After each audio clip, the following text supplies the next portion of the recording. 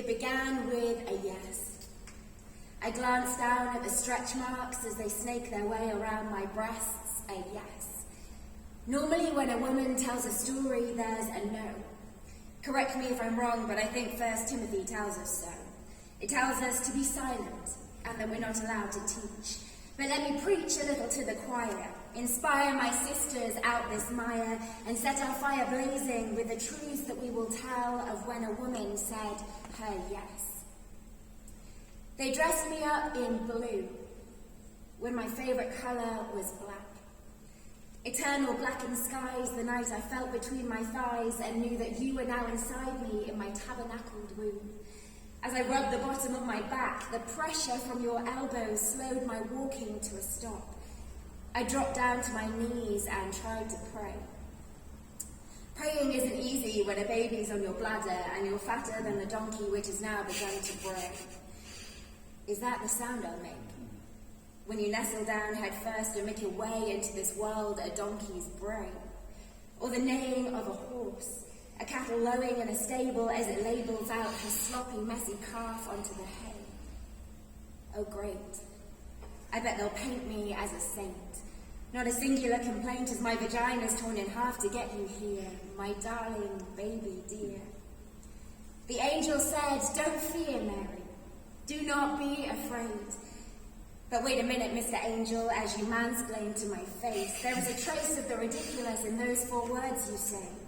Do not be afraid. Have you pushed a baby out before? Felt the rip within your core and floored your partner as they told you just to breathe? Have you bellowed from your chest as your baby suckled at your breast and bit you raw? I'm sure in heaven, birth is rosy. They just slip out while you're dozing and you wake up with a yawn and you're not sore. Well, here on earth, it fucking hurts.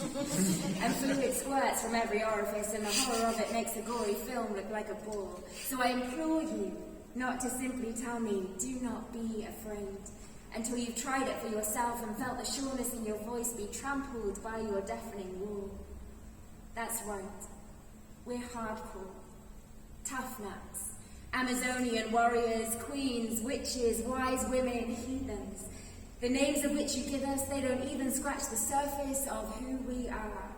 We are far from what they paint us, with our rosy cheeks enslaving us to delicacy, gentility, naivety, and silence. The violence of the pastel palette makes me reach out for my metaphoric mallet to smash, to hurl, to rage, and cry out to the sky from whence you came. Call me by my name. Then ask me for my story. The story of when a woman said her yes, a story. I implore you to forgive me for my outburst. It was not ladylike. The triteness of that word sticks in my mouth. The structural oppression has turned my passion into aggression, so I'm sorry, but I'm also not sorry too.